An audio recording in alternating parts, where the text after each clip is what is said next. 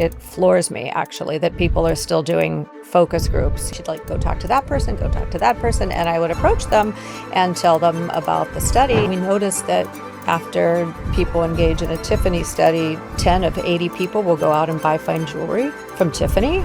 And, one of the most important findings we've seen recently is that peer-to-peer, like literal word of mouth, but that is the influence that matters now. Welcome to the Entrepreneur's Logbook podcast. I'm your host, Zach Bernard. You can find me on social at It's Zach B. In each episode, I bring on experts from various industries for you to learn about their strategies and insights driving extreme business growth. Today, we're joined by Malinda Sanna, founder and CEO of LookLook, a proprietary consumer insights platform specializing in luxury market research for some of the world's most recognized brands in the world. Malinda spent years inside some of the world's top brand agency in New York before noticing something that a lot of people in his space weren't really ready to admit, that the way that we do consumer research was being done in a fundamentally broken way. So she built something new. And over 15 years, she grew LookLook in a seven-figure platform, who has conducted over 900 studies with more than 30,000 participants, serving clients like BMW, Google, and Nestle. But their unique approach isn't just the scale. It's how they find the people behind the data. So instead of sourcing third-party panel, like a lot of firms and companies do, she built what she calls cultivated communities, recruiting participants one relationship at a time, which includes the Beauty First, a proprietary network of over 1,000 high net worth women focused on luxury beauty, and the Luxuryverse, built for broader luxury studies. Malinda, it's great to have you on the show. Welcome aboard. Honored to be here, Zach. Thank you. I love it. Well, we've had a lot of different guests on the show, but one of the industry that I don't think we've ever had anyone in that industry whatsoever, was really more the research space, market research. And I always find it interesting because behind any decision that a company makes, a brand makes, you want to have data to know what kind of decision you make. So we're going to dive into all of that today.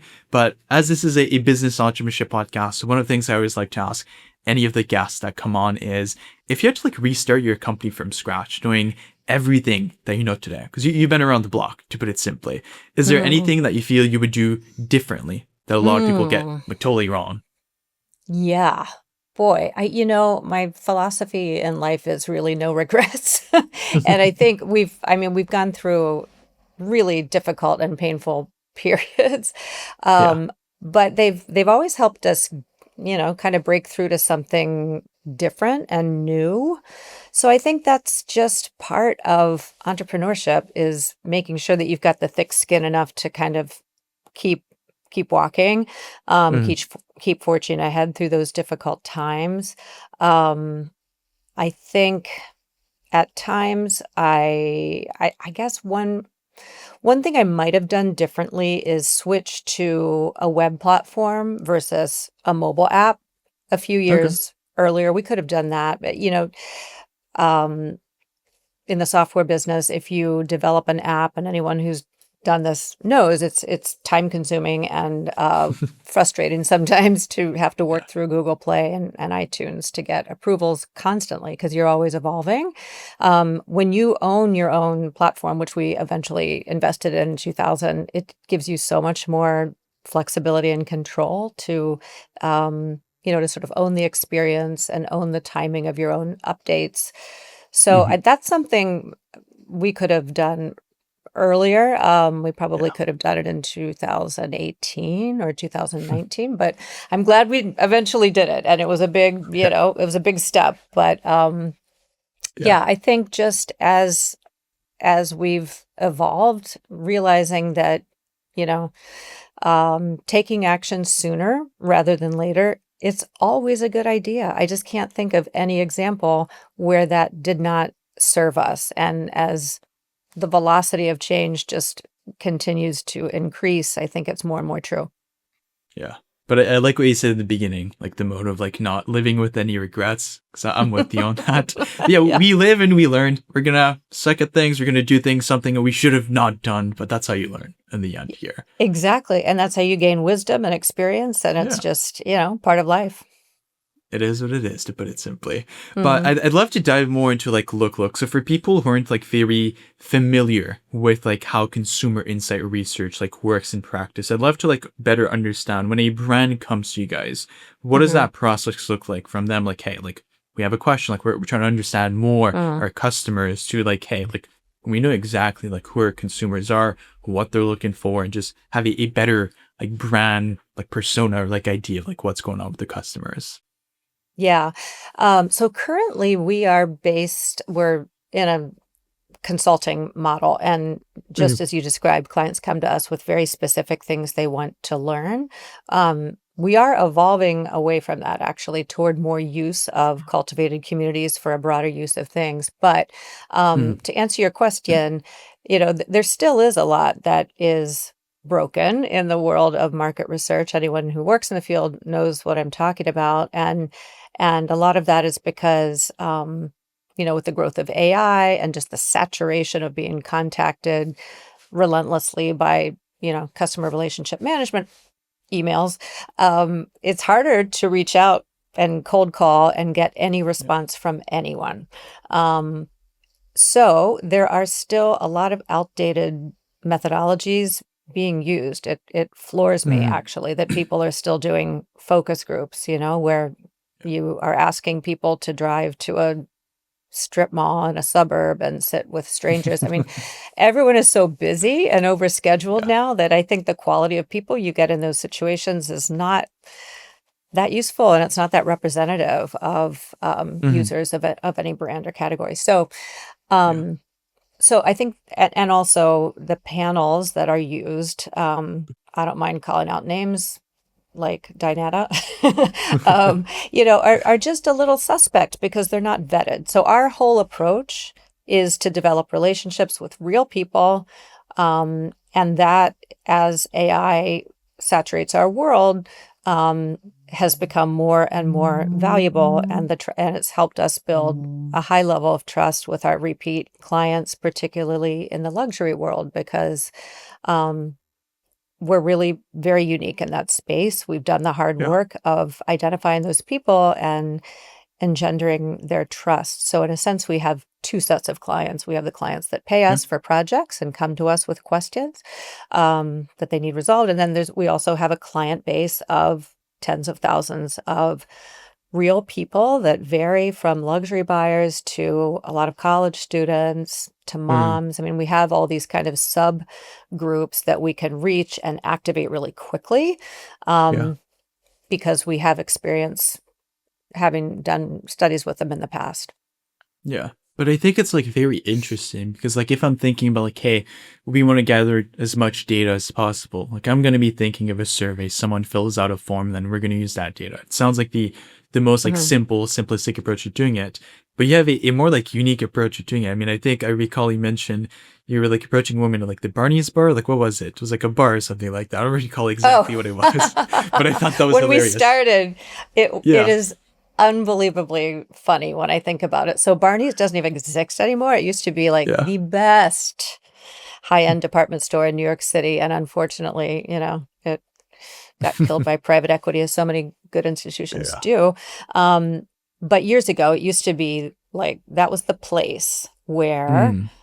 really, wealthy people shopped. And so at the time, I had a woman um, named Susan who did all of our recruiting, and we were getting asked by some French luxury houses to find women who had fine jewelry and watches at a certain price point. It was really tough, and this was early kind of in our evolution toward a luxury based insights firm.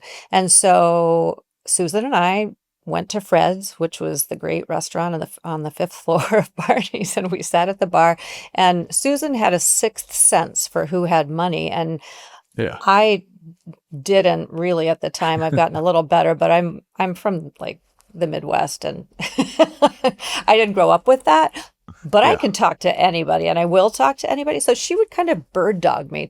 She'd like go talk to that person, go talk to that person, and I would approach them and tell them about the study, and they're like, sure. And I'd give them my card. And that is literally how we started. I mean, we moved Mm. on to other departments. We went to Bergdorf Goodman, shoe department. We found people there.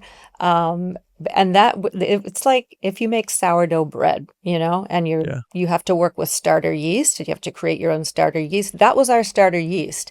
And Mm. it's amazing, that it started on such a grassroots level, but it sort of speaks to the quality of the network that we have today because we've never bought a list. We only work on personal referral, Mhm. and it's mostly through personal contact. So, if Yeah. Susan would go to Aspen, she would find people there. And if I'd visit LA, I'd find people there. And as soon as Mhm. we kind of reached a critical mass, um, mostly women, but some men, they would have a good experience with us. We pay them real money, like good Yeah. money, and they'd want to do more studies because luxury buyers are not used to being asked for their opinions. I mean, they may get a Medallia survey like everybody else, but they usually ignore it. Mhm. Um, and so it's actually they find it really cool to engage in what feels like a very direct way for them to have input with some Yeah. of the brands that they love, on topics that they're passionate about. So we're not Mhm. really doing studies on, laundry detergent or pharmaceutical, Yeah. products. Nothing against that. But we are studying fine jewelry and watches and beauty and skincare and fashion and Yeah. automotive and, increasingly wellness and supplements and topics that people really do want to feel heard on, Mhm. hospitality, that kind of thing. Yeah, and I feel like the story that you mentioned sounds like the original like startup stories where like the big companies, I mean, I wouldn't call it like growth hacking, but it's like very like a unique approach to, like doing things. I don't remember Hmm. exactly what it was. I think it was maybe like Bumble or so. When it launched like originally, I remember apparently they were putting like posters. They would put Right. like all his social media and they would say Yeah. no social media or something. And then it was Bumble and everyone was like, what is Bumble? It's like Yeah. a unique approach like growing. It sounds like you guys are doing not I exactly the mean, same thing, but it it's works. So only something that a founder would do because, no one else, you couldn't pay someone to do, what we did. But we were yeah. really, really determined, and it was Yeah. actually fun. And, to this day, Hmm. I would enjoy probably, perusing the shoe department of Bergdorf Goodman to find more people, but we don't have to because we Yeah. have like people knocking at our door wanting to be part of our studies. So Yeah. it's And great to be harvesting that 10 years on. yeah, and just going back to like the people, because that was like one thing I wanted to touch on. Because a lot of Hmm. people they think about like luxury and they're like, okay, luxury, it's like wealthy people, but people that have like a lot of money. But in Hmm. some cases, like what's kind of like the reality? Like what brands are getting like not what brands, but what are Yeah. brands getting like wrong about who those luxury customers are? Because it sounds like it's not always what they think. Yeah. It's really undergoing a sea change right now. So, like Okay. versus 5 years ago, a lot of the traditional luxury houses were on a roll. All of the houses within LVMH, for example, Dior and Bulgari and Louis Vuitton is a great example. Hmm. The bigger the logo, the better. Gucci Yeah. was still pretty much on fire at that point. A lot of those brands are suffering today because, for a few reasons, but I think part of it is younger people don't necessarily want to have those logos displayed on their products and on their clothing, and they're a little more proud if they've discovered a luxury brand by Yeah. themselves that may not have the same price tag, but Hmm. has where the quality is just as high, so Yeah. that's one sea change that's happening with young people. Very recently, like the price of Hermes handbags has started to come down, which is Hmm. kind of unthinkable because there were articles 10 years ago, 8 Yeah. years ago that said, they're only going up. It's a better investment than the stock market, et cetera, et cetera. And we have many women in our network that have closets full of Kellys Yeah. and Birkin bags. I don't know if that's a blip, but I don't Hmm. think it is because I think, um, the European luxury house model of luxury is very mature. And I think something else is coming. I won't take up this podcast talking about trend forecasting, but, if anyone dialed into our social platforms is going to learn a lot about that Yeah. because it is currently that nut is cracking, that world is cracking, and it's exploding into something very exciting, I think. And there's a Yeah. democratization and a globalization. There are now interesting luxury brands coming out of China, and there will be coming out of, countries like India and Nigeria, and it's not going to be dominated by Europe anymore. Yeah. And touching on to like China, because there's a Mhm. lot of like, I'm not sure if I would say misconception, but like a miss about understanding where like China is one of like the most important, probably most misunderstood luxury market in the world. For like a Mm. Western brand, like they're just trying to get a real like read on like what's going on there. What are some like the blind spots that they tend to have, and how should they be thinking about approaching that market differently? Because it's obviously a little bit different compared to like Europe or North Yeah. America or anything like that.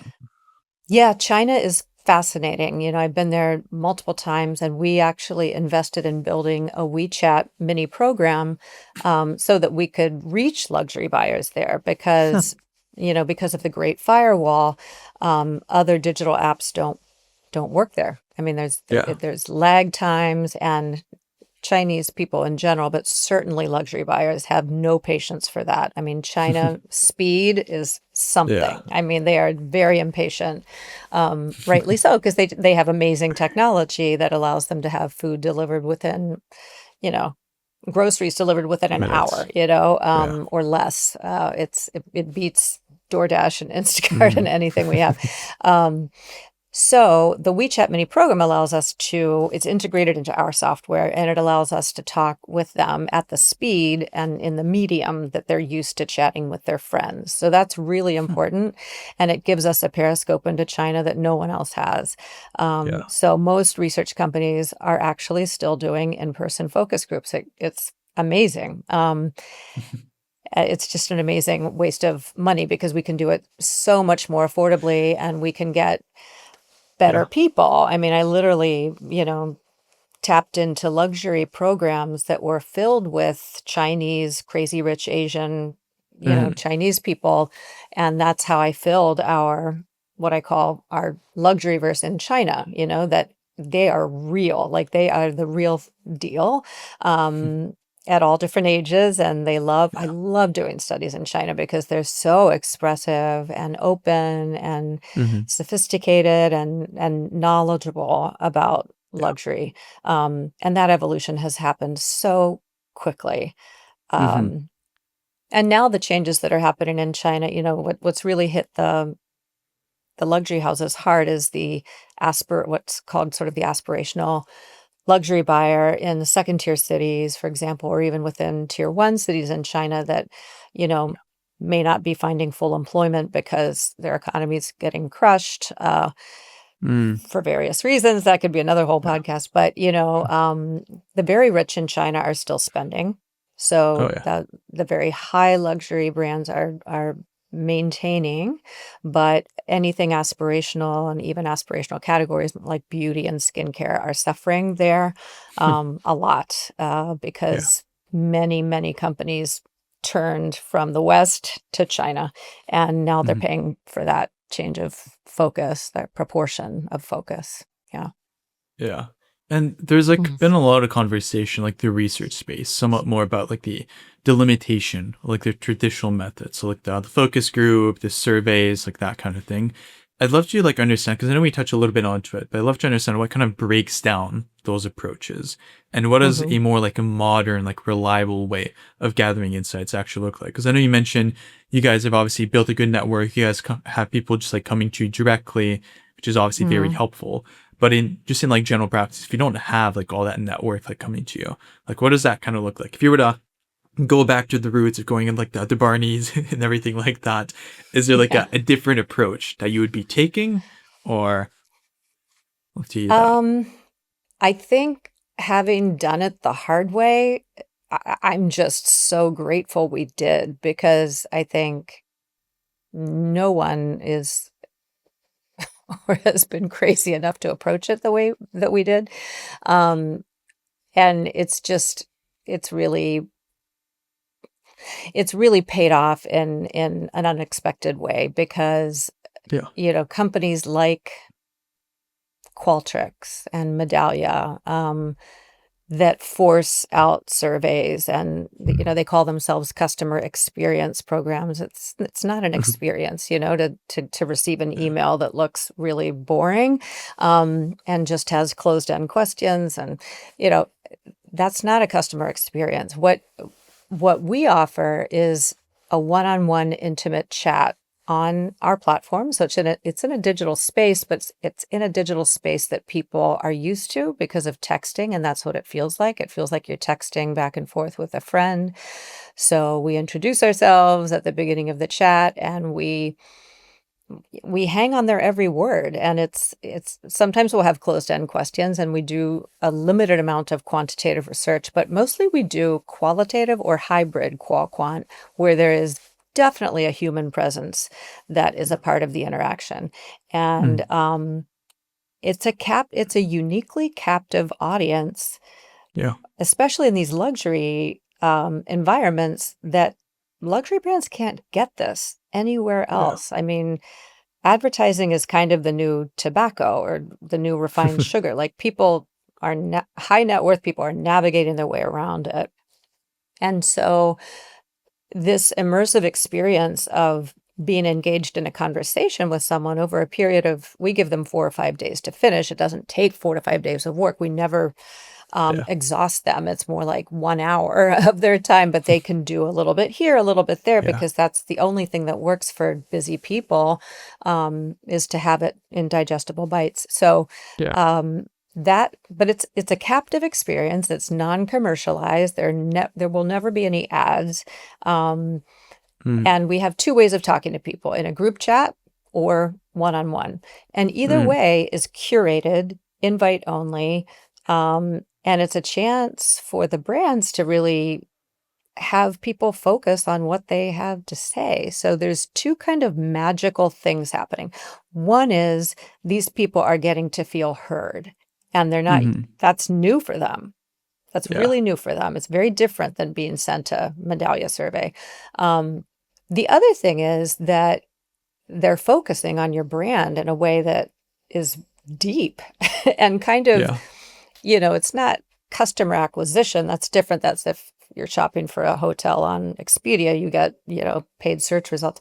This is awakening dormant desire. It's awakening Yeah. dormant interest and often desire for a brand that maybe they just haven't thought about, for a while. But now they're feeling invested in it because someone's caring enough to pay them for their opinions.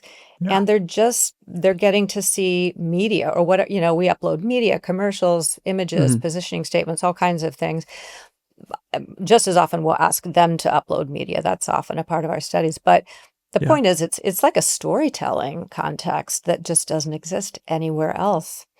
And Yeah. that's honestly, that's the pivot we're now making because, we noticed that after people engage in a Tiffany study, 10 of 80 people will go out and buy fine jewelry from Tiffany.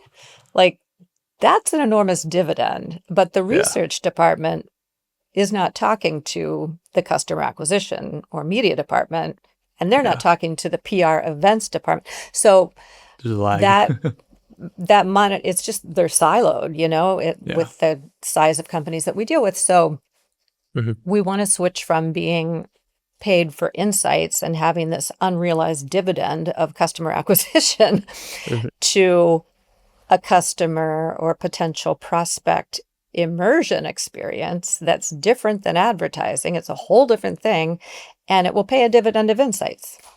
Yeah. And I feel like another way to look at it is I feel like there's the pros and cons for brands when they are looking at doing more of like a quality like approach to like collecting data as opposed to just like sending in like a survey, because you're going to be, if you're doing it from a quality perspective, you're going to get a better output that's going to have you get better insights into like what your Yeah. customers actually want, and then you Right. can adapt that to resonate more with them, which is going to obviously grow the company. But if you go the opposite route, that can also hurt you too, because if you get bad data, you implement the things that were not actually wanted by your 100%. actual consumers, goes Right. down.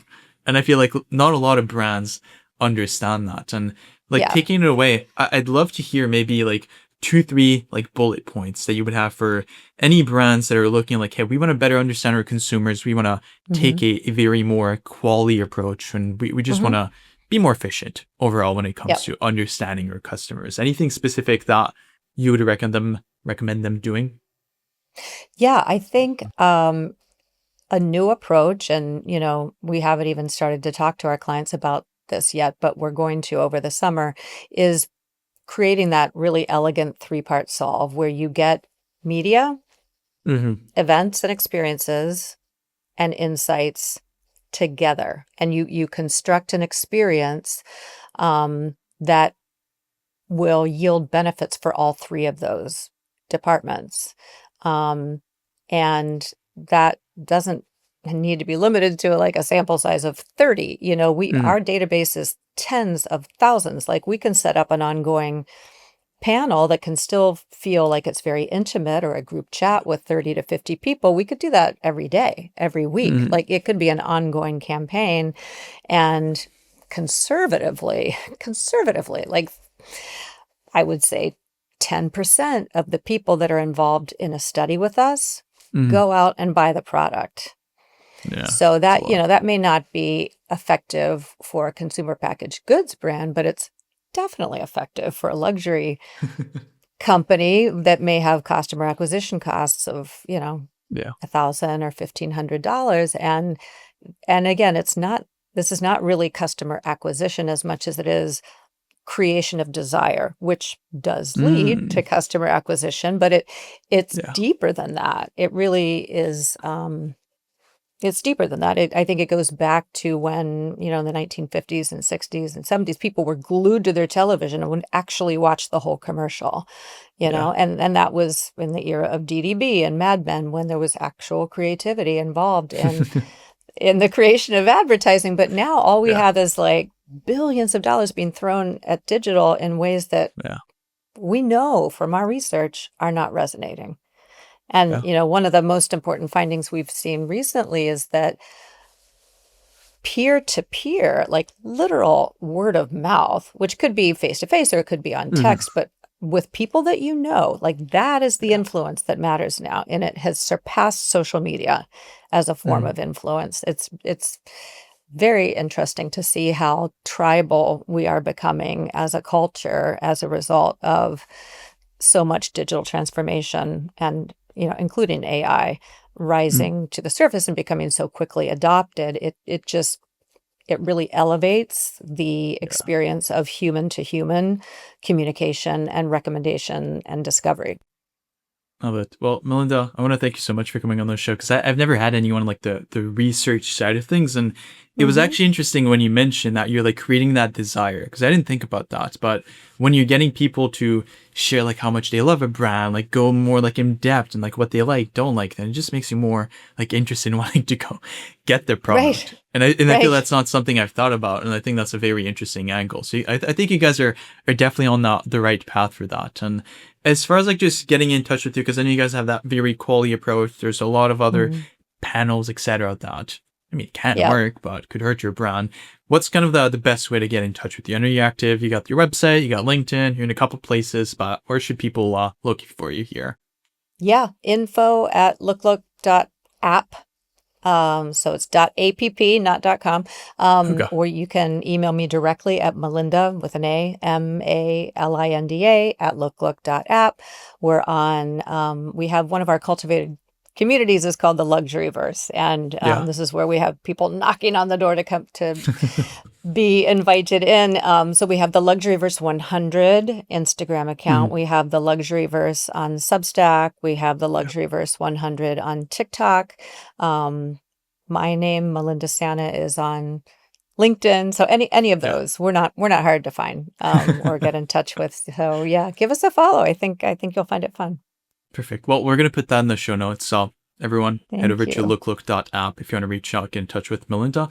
To listeners, if you've enjoyed this episode, don't forget to subscribe, like, leave a review, comment, all that fun stuff. And then until then, keep pushing, and yeah, we'll see you in the next one.